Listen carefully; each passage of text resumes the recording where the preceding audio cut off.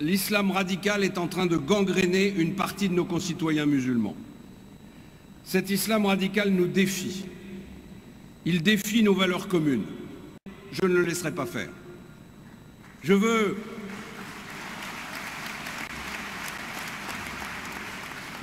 un strict contrôle administratif du culte musulman tant que son ancrage dans la République ne sera pas achevé. Je veux la dissolution immédiate de tous les mouvements qui se réclament du salafisme, mais aussi des frères musulmans. Je veux la clarification de nos relations avec l'Arabie Saoudite et le Qatar qui abritent les penseurs de l'islam radical. Le catholicisme, le protestantisme, le judaïsme ne dénoncent pas les valeurs de la République. Cessons donc de faire croire qu'il faut durcir les règles de la laïcité au prix d'atteintes inacceptables à la liberté religieuse, alors que seule la poussée intégriste qui enflamme le monde musulman est une menace pour notre société. Chez nous, il est pauvre socialement et pauvre intellectuellement. Mais il y a un renouveau, il y a des jeunes philosophes, il y a des jeunes profs qui sont... on promeut un islam des Lumières, comme il y a ceux qui promeuvent un islam radical et dangereux. Si c'est une bataille politique qui va durer des années et des années. Lapidation. Lapidation. Moi, je serais dans un pays musulman, je dis oui. Pays musulman. Bah oui, c'est une loi divine. C'est une loi divine. Couper la main à un voleur, je suis d'accord. Je suis d'accord. C'est pas divine, c'est une loi... non, elle est loi divine. C'est une loi divine. Mais les lois, elles doivent être divines ou elles doivent être contrôlées par les hommes? Attendez, moi je parle dans un pays musulman. Oui, d'accord. Dans un pays Mais si la France devenait un pays musulman, par exemple, Roubaix, vous êtes en passe de devenir majoritaire. Si la France devenait majoritairement musulmane, la loi divine s'appliquerait? Moi, je serais un partisan, effectivement, de dire que si demain la France devient musulmane, bah, effectivement, c'est la charia qui devrait prendre le truc. Et alors... Juste un truc, là vous me faites peur. C'est vrai? Non, non. Voilà, donc ça s'agrandit. Ces valeurs que vous avez conquises de longue lutte, hein, êtes-vous prêt à les défendre? Nous éprouvons tous aujourd'hui un sentiment de révolte, sur tous les bancs. Toute la France est en deuil. Il faut se recueillir, mais il faut surtout agir. Et nous ne serons pas jugés sur de grands discours, mais sur nos actions. Allons-nous subir ce monde de terreur pour nos enfants? Ça suffit. Et Mera, Kouachi, Koulibaly, Mostefai, ils étaient tous fichés. Et leurs dérives islamistes connues grâce au travail de nos forces de l'ordre. Tous les individus en fichier S pour radicalisation ne peuvent plus être en liberté. Expulsion des étrangers, déchéance de nationalité pour les binationaux, mais aussi, et c'est le centre du problème, centre de rétention pour ceux qui sont nés français, sans prendre aujourd'hui le risque d'attendre. Face à la menace terroriste et à la définition des moyens juridiques exceptionnels dont nous avons besoin pour affronter le terrorisme de guerre, nous devons tous, je pense que nous pouvons être d'accord, privilégier l'intérêt national et l'efficacité concrète. Et il ne devrait pas y avoir de place ni pour l'invective ni pour la polémique. Oui, la France est en guerre contre le terrorisme, le djihadisme et l'islamisme radical. La France n'est pas en guerre contre une religion.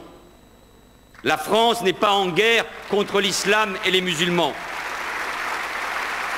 La France protégera,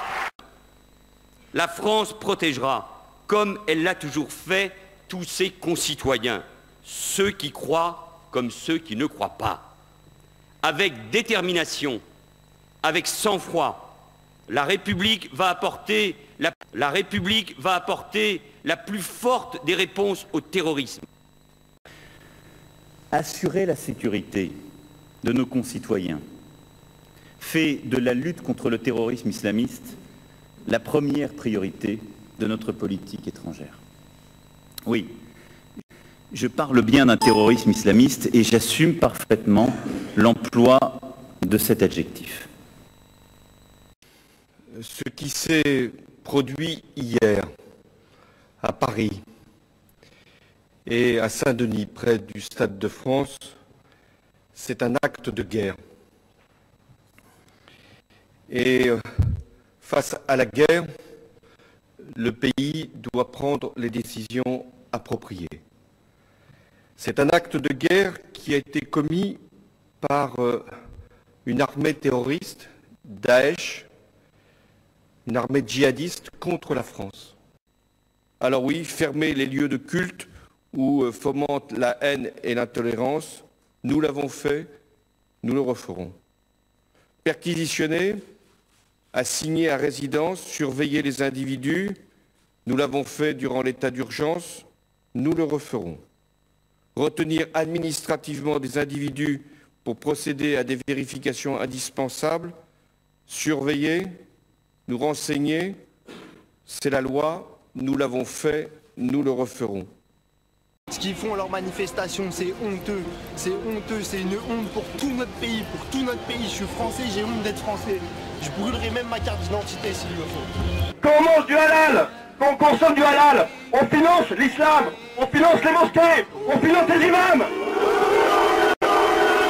Je n'accepterai pas les comportements des salafistes et autres groupes qui défient la République. Ça n'est pas cela, l'islam de France. L'islam de France est un islam qui n'existe pas.